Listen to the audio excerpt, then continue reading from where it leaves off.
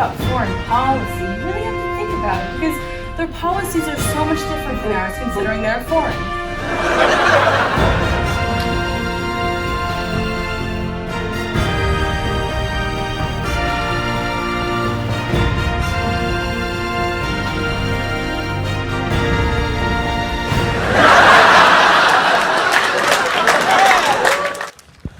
Good evening, and welcome to USC Update. I'm Ethan Goodman. And I'm Emma Bellamy. Here are tonight's top stories.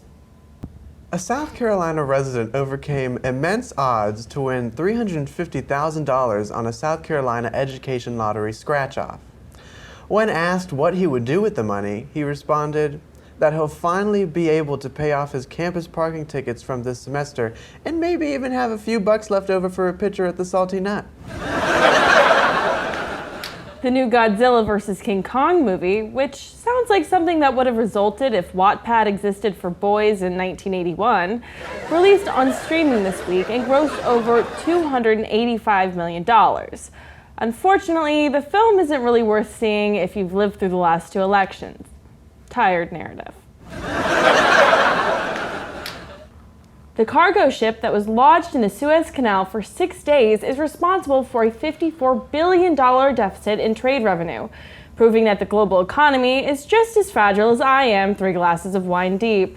You know, that's one blockage Miralax can't fix.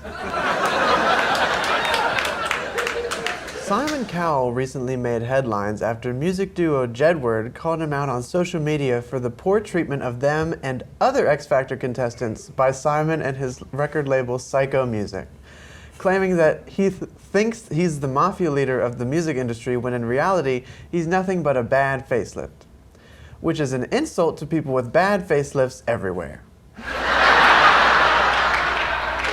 Hip-hop cowboy Lil Nas X received backlash after the music video for his song, Call Me By Your Name, included him pole dancing his way to hell and giving a lap dance to the devil. Among the outraged is conservative activist Caitlin Bennett, best known for not denying that she pooped her pants at a frat party that one time. There are rumors that following the internet beef with Lil Nas X, Bennett will release a diss track under the name Lil Gas X.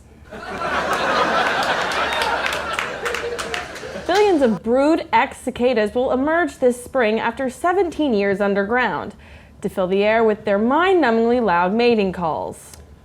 You don't seem too happy about that. Actually, I don't mind. It's the only thing loud enough to drown out my inner demons.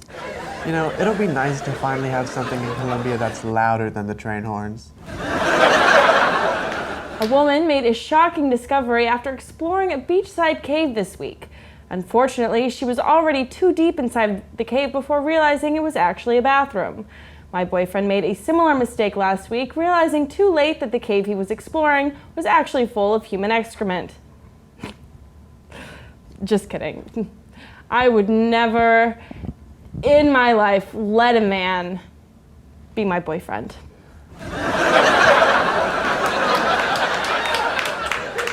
The University of South Carolina's women's basketball team had a heartbreaking loss against Stanford in the Final Four, who would later go on to win the championship. Not to highlight our failures here, but doesn't this make it the second time this university has lost a title to a California school?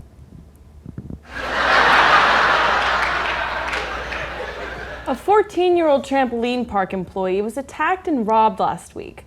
The culprit made away with her cell phone and a pair of headphones.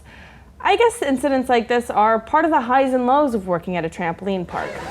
I know it's tough, but I have a feeling she'll bounce back. Cody Brown, the husband from TLC's show Sister Wives, is refusing to sleep with his first wife, Mary, because she pursued an online relationship with a man who later turned out to be a woman catfishing her. Oh no, who's Cody going to sleep with now?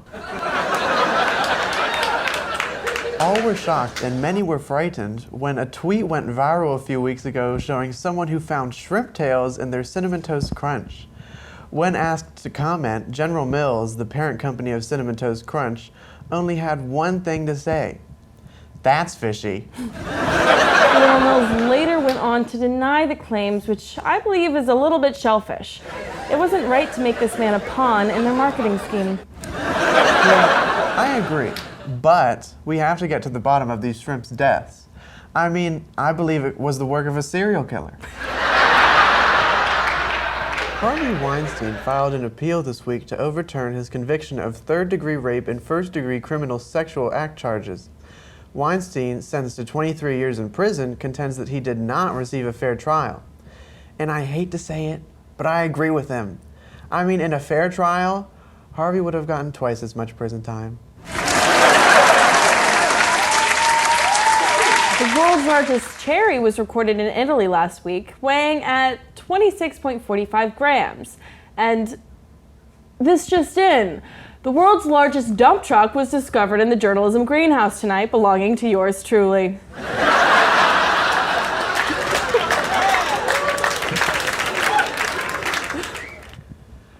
It's National Library Week.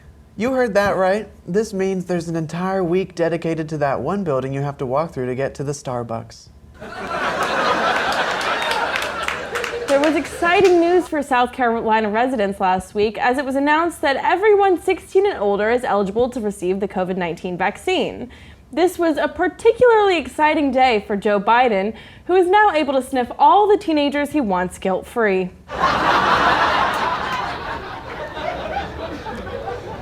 Jedediah Duggar, the 10th of the Duggar children, recently got married to a woman he has been quietly courting for a year. When asked about their feelings towards marriage, the couple responded that they were excited and that the wife was, quote, ready to submit. This girl sounds like she's about to turn in her online final, not marry an incest cult.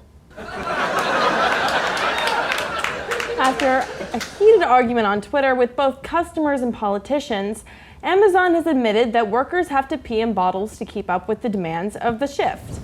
Legend has it, if you rub those bottles 3 times, Jeff Bezos will appear and grant you 3 labor law violations. Bonnaroo recently released its lineup for its upcoming festival in September, which includes Megan Thee Stallion, Lizzo, and Lana Del Rey. Organizers of Bonnaroo have said that they will be taking enhanced safety precautions and have warned that, quote, an inherent risk of exposure to COVID-19 exists in any public space where lots of people are present, which perfectly explains why there's no risk of COVID at a Carolina football game after halftime. Caitlyn Jenner has recently hinted that she may run for California governor. And let me just be the first to say, what a pioneer. She will go on to inspire so many just like her. Caitlyn, congratulations. You could be the very first governor to be let off the hook for vehicular manslaughter.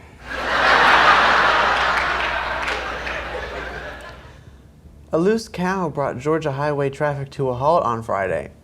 Investigators are now able to report it was the Moosehead Bull looking for a new home. A spokesperson for former President Donald Trump recently mentioned that Trump would be returning to social media via his own new platform. Here to share her thoughts on this is proud local conservative Christine Jefferson. Wow. Thank you, Ethan. It is so nice to see a man in a suit, like he belongs, not prancing around in a sundress in some field like it's the opening scene of The Sound of Music. I take it you weren't a fan of Harry Styles' new look. How could I be? It's not natural. Plus, it's all part of the liberal agenda. The government is putting men in dresses to distract us. To distract us? Yes, these communists, they distract us with their blue hair and their little bull nose rings and men in dresses. But I see past this and I dive deeper. What does the blue hair mean? Is it a code? Do we have to identify each other with these nose rings? What are they hiding underneath these dresses? I would assume Harry Styles is hiding a penis. Luckily, we won't have to be distracted by that filth on Trump's social media. Yeah, let's talk about that. Why do you think Trump is creating his own social media instead of, using a platform that millions of people already use? Because these other social media platforms, they are anti-American. They are limiting the kind of content allowed on their sites. It's like if I want to incite hundreds of people to violence because I'm having a bad day, it's American of me to have the platform to do that. But wait, earlier, Didn't didn't you you just- say... Wait, Ethan, I was talking. Okay, stop. Let the man speak. Didn't you just say that you wouldn't see men in dresses on Trump's social media? Is that not still limiting what people can post? That's different. That is anti-God. Right. I'm sure the guy in a dress was a huge day ruiner for God, but he was just jumping up and down for the Capitol riot. And besides, his platform will be Chrissy Teigen free, unlike Twitter. Wait, as of this week, Twitter is Chrissy Teigen free. Shit, then why is Trump making a new one? I mean, it sounds like they fixed their problem. Black people, I'm speaking to you now. Join me and break away from the evil temptations of Twitter and Instagram. Get out of the ghetto and get into God. Say, you're not exactly who I thought would be coming to endorse such strong conservative beliefs. Oh, really? Is it because I'm black? I mean, yeah. No, I saw the light and I broke away from those selfish women who choose careers over their family, independence, instead of loyally serving their husband. If you're watching, honey, thank you for giving me the permission to come here. What would you say inspired you to see the light? I mean, clearly, I have been blessed with a plethora of incredible black role models to look up to. Candace Owens, obviously. Kanye, loved his abortion rant. So powerful. Stacey Dash, the American Idol guy that sang Pants on the Ground, the baby. I mean, I don't really know if anyone can like look up to the baby because you know he's.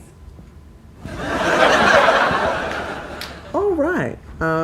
Thank you, Christine. You know, is there anything else you'd like to say to our viewers at home? The vaccine is a microchip. Why would you give her the opportunity? White genocide is real. You know, this has been USC Update. I'm Ethan Goodman. And I'm Emma Bellamy. We'll see you back here in 2 weeks, live from the greenhouse. And we promise she won't be here. Joe Biden rigged the election. Hunter probably used all of the mail-in votes to roll his drug cigarettes.